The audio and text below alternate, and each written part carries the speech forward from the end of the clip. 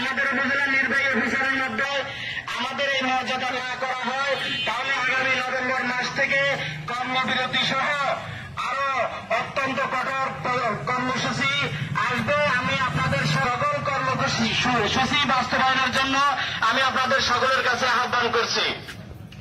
সেই ন্যায্য অধিকার যতদিন পর্যন্ত আদায় না হবে ততদিন পর্যন্ত সকল কর্মসূচি বাস্তবায়নের জন্য আপনাদের সকলের সহযোগিতা কামনা করছি। শুরু করে বিকেল 4:30 পর্যন্ত প্রাথমিক শিক্ষার মাধ্যমে এই বাংলাদেশ আমাদের কর্মকর্তা, আমাদের পরিচালক, আমাদের নিয়ন্ত্রণকারী কর্তৃপক্ষ রাখব।